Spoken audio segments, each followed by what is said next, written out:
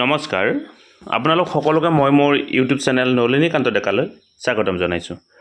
ছাত্ৰসকল, director of elementary এডুকেশ্যনৰ তৰফৰ পৰা জিলাসমূহলৈকে বিদ্যালয়সমূহৰ এমালগেমেশ্যন আৰু মাৰ্জাৰ সম্পৰ্কীয় এখন বিশেষ চিঠি আহিছে। ভিডিঅ'টোৰ জৰিয়তে আপোনালোকক এই চিঠিখনৰ বিষয়ে কিছু কথা ক'বৰ কাৰণে চেষ্টা কৰিম। এইখন হৈছে ডাইৰেক্টৰ অফ এলিমেণ্টাৰী এডুকেশ্যনৰ তৰফৰ পৰা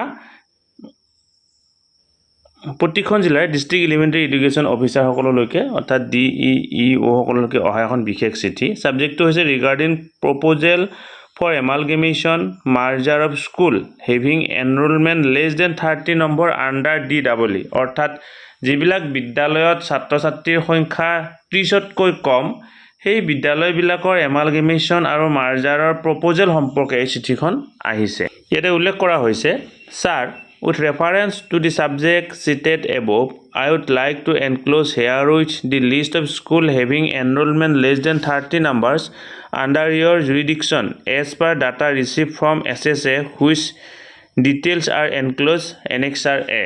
আমাৰ বিদ্যালয়বিলাকত আজিকালি কিমান ষ্টুডেণ্ট আছে এইটো এই তথ্য সংগ্ৰহ কৰাৰ প্ৰয়োজন নাথাকে। সৰ্বশিক্ষা আমাৰ যিটো শিক্ষা সেইটোৰ জৰিয়তে গম পোৱা যায়। গতিকে এনেকুৱা বিদ্যালয়বিলাকৰ লিষ্টবিলাক জিলাসমূহলৈকে পঠোৱা হৈছে আৰু কোৱা হৈছে, in view that you are requested to examine the each school as per below' mention point and submit the proposal for amalgamation merger of school as per prescribe format enclose herewith both in hard and soft copy.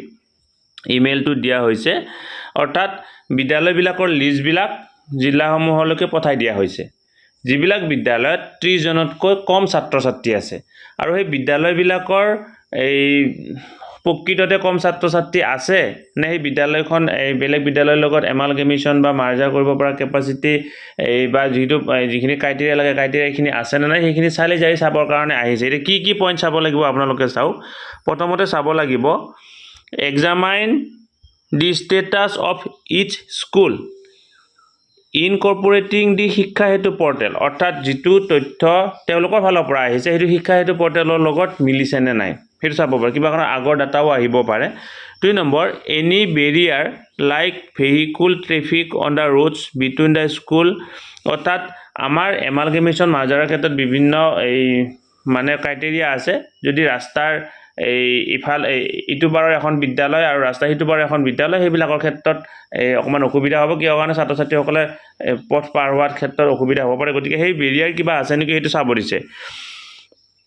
Clarify whether propose school are qualified for merger amalgamation or not, আৰু সেই বিদ্যালয়খন প্ৰকৃততে এমালগেমেশ্যন হোৱাৰ যোগ্য বা merger হোৱাৰ যোগ্য হয়নে নহয় সেইটো চাবৰ কাৰণে দিয়া হৈছে। 4 number, weather the infrastructure is adequate to accommodate student of proposed merger school in base school. আমি সকলোৱে জানো যেতিয়া মাৰ্জ কৰি দিয়া হয়, মাৰ্জ কৰি দিয়াৰ লগে লগে এখন বেছ স্কুল আহি পৰে। এই বেছ স্কুল যেতিয়া আহি পৰিব, যেতিয়া ষ্টুডেণ্টসকল তালৈকে যাব, ইনফ্ৰাষ্ট্ৰাকচাৰৰ কথাখিনি আহি পৰিব। এই ছাত্ৰ ছাত্ৰীসকল গৈ তাত যিহেতু পাঠ গ্ৰহণ কৰিব লাগিব, শিক্ষকসকলে পাঠদান কৰিব লাগিব। শিক্ষকসকলৰ কাৰণেও ইনফ্ৰাষ্ট্ৰাকচাৰৰ সুবিধাটো আছেনে নাই, ছাত্ৰ ছাত্ৰীৰ কাৰণেও আছেনে নাই সেইখিনি চাবৰ কাৰণে দিয়া হৈছে। গতিকে এনেকুৱা ধৰণে এই চিঠিখন আহিছে। নিশ্চয় আপোনালোকৰ নিজে গম পাব আপোনালোকৰ বিদ্যালয়ত ছাত্ৰ ছাত্ৰীৰ সংখ্যা কিমান, 30জনতকৈ বেছি নে কম। গতিকে যদি 30জনতকৈ ছাত্ৰ ছাত্ৰীৰ সংখ্যা বেছি, আপোনালোকৰ বিদ্যালয়খন এমালগেমেশ্যন বা মাৰ্জাৰৰ যিটো ক্ৰাইটেৰিয়াৰ ভিতৰত হয়তো আহিব পাৰে। ভিডিঅ'টো ইমানতে সামৰিছোঁ। ধন্যবাদ। শ্ৰোতা ছাৰ বাইদেউসকল, নলিনীকান্ত ডেকা নামৰ ইউটিউব চেনেলটো হৈছে এটি শিক্ষামূলক ইউটিউব চেনেল। এই চেনেলটোৰ জৰিয়তে আমি শিক্ষক, ছাত্ৰ ছাত্ৰী, অভিভাৱক আৰু বিদ্যালয়ৰ কাৰণে উপযোগী কিছু ভিডিঅ' প্ৰস্তুত কৰিবৰ কাৰণে চেষ্টা কৰোঁ। আপুনি যদি আজি পোনপ্ৰথমবাৰৰ কাৰণে এই চেনেলটো চাইছে, অনুগ্ৰহ কৰি চেনেলটো ছাবস্ক্ৰাইব কৰিব আৰু অল নটিফিকেশ্যন প্ৰেছ কৰি থ'ব।